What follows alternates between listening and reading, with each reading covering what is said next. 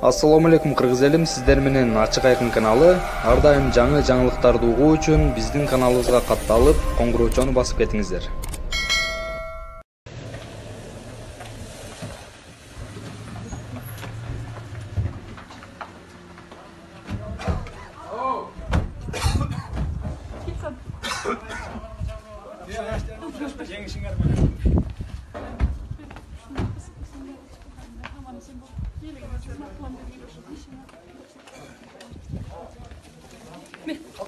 Ben kapat verin. Erkek kişiliğinize. Mela kimlik. Erkek kişiliğinize. Bismillah. Başına kapat şöyle. Gelin.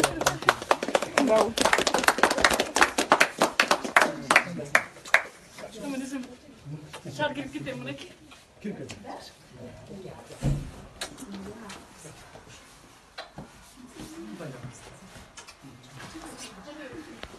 Kızlar. Bismillahirrahmanirrahim deyip kireyik. Sağ ol.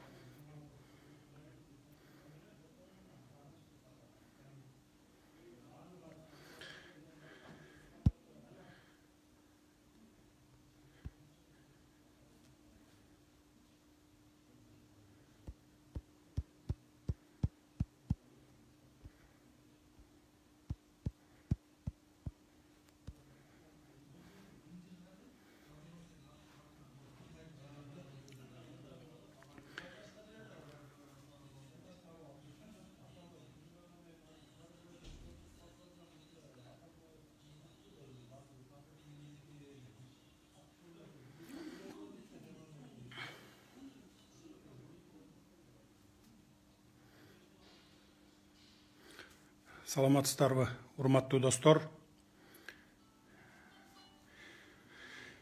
Ушундай кырдаалда түз эфирге чыгууга туура келип турат.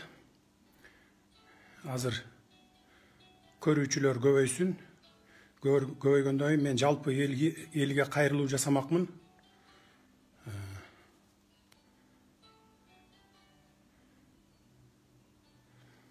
Ассаламу алейкум дейт, алейкум ассалам.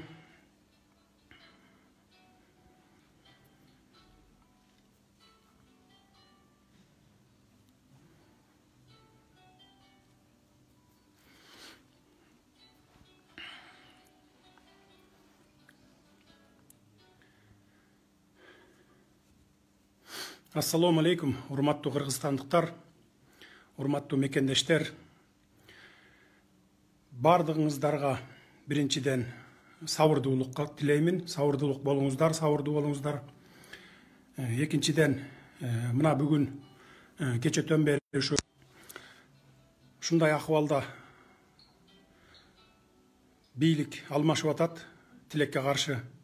Ушундай кан төгүүсүз тынчтык жолу менен алмашса жакшы болмок. Бирок эми болор иш болду, боосу канды дейт.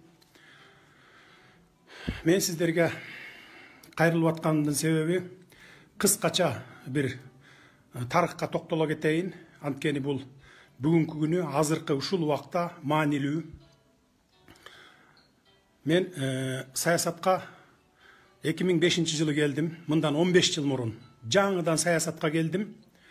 Ал убакта 75 округтан 75 депутат шайланып келчү. Бир мандаттуу округтан түп округунан шайланып келгенмин. улам бирөө чалып мындай тоскоол болуп атат да, ошон үчүн кечиресиздер, анда санда үзүлүп кетип атса. Келип 2 жыл депутат болгондон кийин, 2 жылдын ичинде 2 жыл депутат болдум 2007 жылга чейин. Саясатка жаңы аралашкан киши катары аркы беркиге көнүп, тияк биягын билгиче чейин 2 жыл өтүп кетти. 2 жылдан кийин бизди таратып ийди, 1 жыл жумушу жок жүрдүм. 1 жылдан кийин Курманбек Бакиев чакырып өзү ушу комиссар болуп иштеп бер деди. Мейли, мен иштеп берейин, мыйзам менен иштеймин, бирок мен эч кимге баш иймейин, түздөн түз биз сиз менен иштеймин дедим. Макул деп комиссар кылды. Комиссар болуп 2010 жылга чейин дагы 2 жыл иштедим. 2010 жылы революция болду. Өзүңүздөр билесиздер, экинчи революция. Андан кийин ошо август айына, сентябрь айына чейин комиссар болуп отуруп, 2010 жылы ата журт менен депутаттыкка бардым. Ошол депутаттыкка 2010 жылга чейин ушу саясаттан мен жакшы бардыгын баягы жаңы келген киши катары 2005-тен 2007-ге чейин, андан кийин комиссар болуп иштеген мезгилдерде, ушул аралыктарда мен саясатта жүрүп бардыгын көрдүм. Чиновниктердин ким экенин, кимиси кайсы жерден ичип жейт экенин, кимиси кай жерде дойласы бар экенин баарын көрдүм. 2010 жылы келип 2011 жылга чейин иштедик депутат болуп. Сот системасы боюнча комитетти жетектедим. 4 айдын ичинде 5 мыйзамды өзгөртүп сотторго. Ошол сот реформасын жасайлы дегенде, мыйзамдар өтүп атканда, жазылып атканда, ушу убактылуу өкмөт, анда 14 мүчөсү эмес беле, Отунбаева баштаган, Атамбаев, Текебаев жана башкалар. Жазып атканда, жогорку кеңештен өтүп атканда булар көп көңүл бурган эмес. Анан кийин практика жүзүндө сот реформасы башталганда булар билди. Анткени жогорку сот менен Конституциялык палата өтүп, бая ошо реформа жүрсө, сот системасы кандай иш алып барат, ошону булар практика жүзүндө билип калды. Анткени жогорку кеңештен Конституциялык палатанын соттору, анан жогорку соттор өтүп баштаган. Ошентип анан булар бардыгы каршы чыгып, Отунбаева, Атамбаев, бардыгы ошол палатадагы депутаттар керек болсо каршы чыкты дагы. Мени бир 100дөй адамды алып келип, аялдар бар арасында бөтөлкө ыргыттырып, тапичка ыргыттырып, Садыр Жапаров деген ата журттун сотторун коюп алыптыр, анан антип атыптыр, минтип атыптыр, өзүнүн жакын тууганын коюп алыптыр, Замир Базарбеков деген деп, ушундай кылып, тоскоолдук кылып туруп, мени комитеттиктен алып түшүп, баякы сот реформасын токтотуп салышкан. Токтотуп салышып, Токтогул Туманов дегенди коюп комитеттин башчылыгына. Кайра 5 мыйзамды жазып, башка мен жазган мыйзамдан, мен деп авторлору бар, чогуу депутаттар болчубуз, 5-6 депутат. Ошол мыйзамдын баарын токтотуп туруп, өзүлөрү 6 ай бою кайрадан мыйзам жазышкан. Мына бүгүнкү ошол мыйзам бүгүнкү чөнтөк сотторду түзүп алышкан. Булар эмнеден корккон? Убактылуу өкмөт. Убактылуу өкмөт эгерде сот системасы реформа болуп кетип, ошол мен жасап аткан реформа өтүп кетсе, анда бул убактылуу өкмөттүн дагы ким экенине карабай, президентиңби, депутатыңбы, же премьер-министриңби, ким экенине карабай, Европадагыдай, Америкадагыдай сот системасы түзүлүп калмак.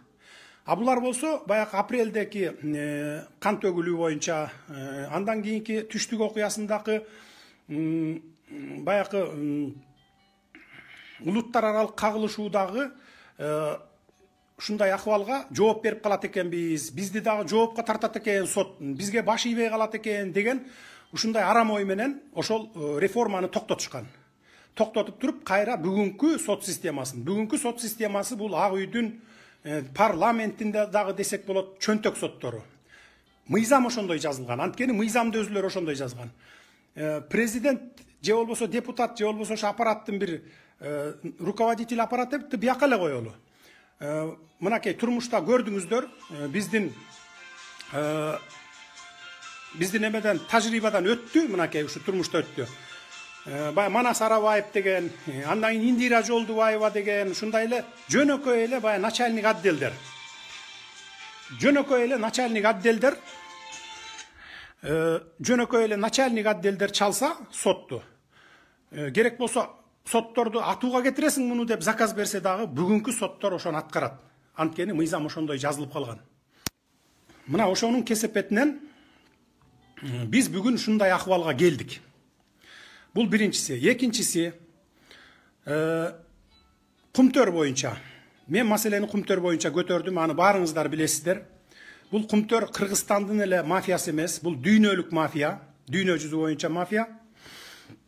Аны көтөрүп чыкканыбыз үчүн мынакей Камчыбек Ташиев болуп көтөрүп чыкканбыз. 2012 жылы муну дагы парламент сатылып кетип, ошол канадалык компанияга. Эми бардыгы дебеймин, ошол мезгилде көпчүлүгү десем болот. Биз тарапта болуп, кумтөр элге өтсүн, мамлекеттин элдин кызыкчылыгына иштесин деген депутаттар дагы болгон. Бирок алар азчылыкты түзүп калганбыз. Бир 35-37 депутатты түзүп калганбыз. Калганынын бардыгы сатылып кетишкен. Сатылган, сатылбаганы Атамбаев менен Бабановдун заказын аткарган, бирөө премьер-министр, бирөө президент болчу. Мен мына беттерин эле айтам, бүгүн айтып атам, мурда деле айтып келгенмин муну. Ошонун кесепетинен мына бүгүнкү күнгө чейин кумтөр элге иштебей, бир саналуу чиновниктердин пайдасына иштеп, анан калган бүтүндөй жалпы кыргыз элинин, кыргыз мамлекетинин байлыгын тышка ташып кетип жатышат бүгүнкү күндө мына. Биз аны токтото албай келебиз.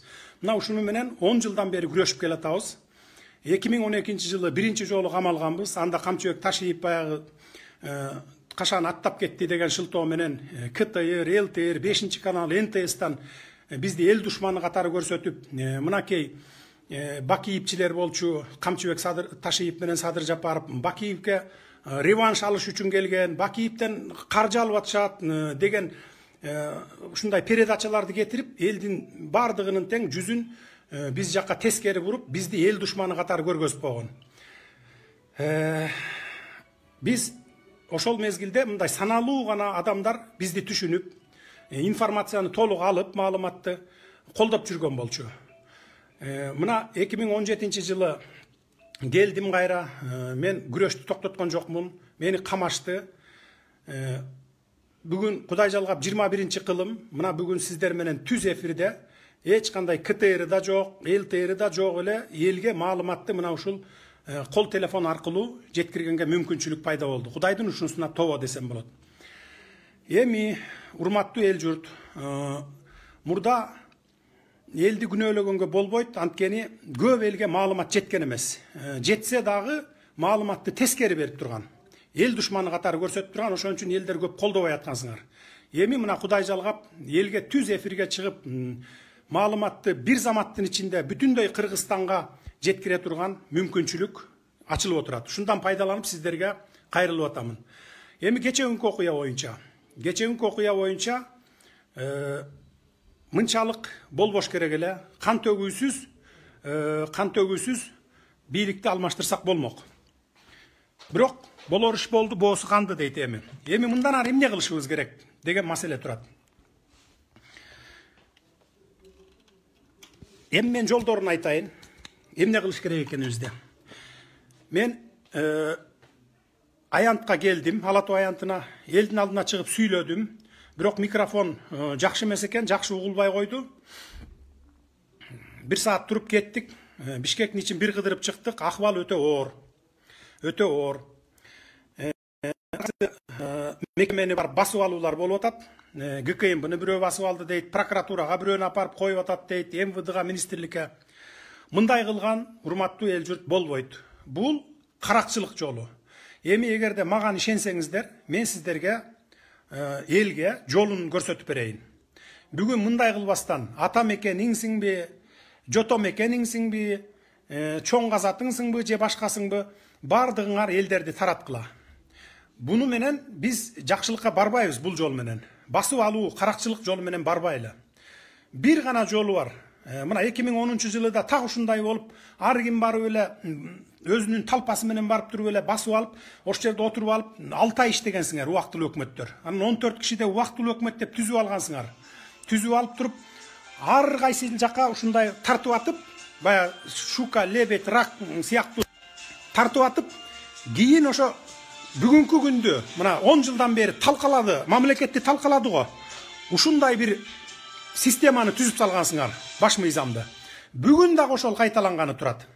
Ошону кайталабаш үчүн андан көрөкчө бардыгыбыз биригип, сабырдуулук менен, анан мен кыйын, сен кыйын деп, же болбосо бир өчүң бар болсо ошону жек көрүп, мен сенден өч алам дебестен, сабырдуулук менен чечелик. Урматтуу эл журт. Мына Ала Тоо аянтында дагы 10 миң деген адам турат. Мен сиздерге кайрыламын.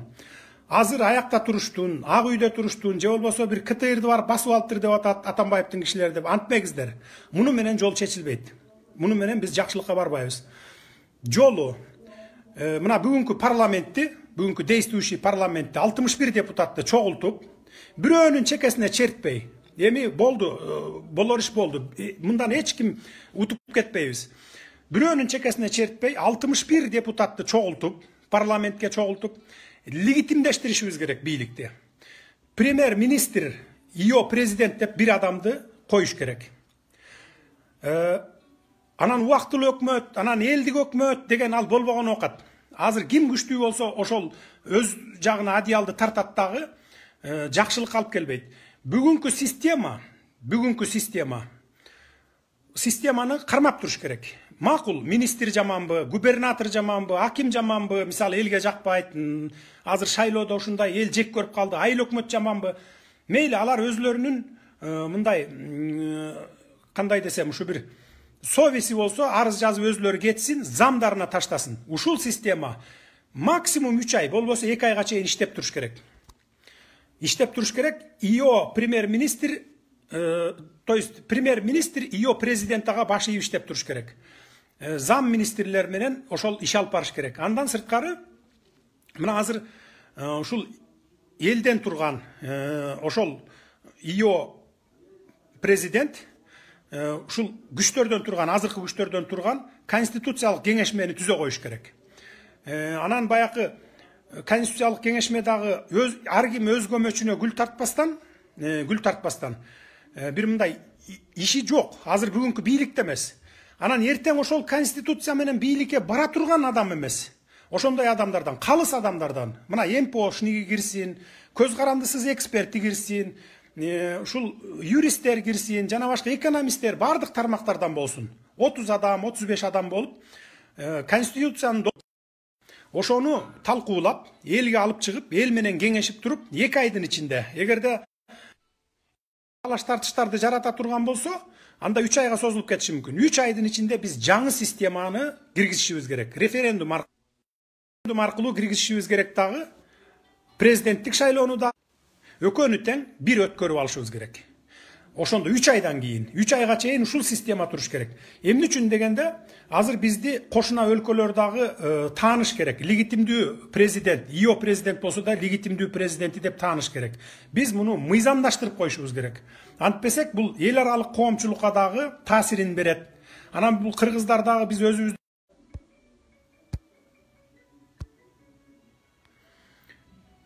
тарап тынчтыкты сакташыңыздарды мен өтүнүп кетет элем.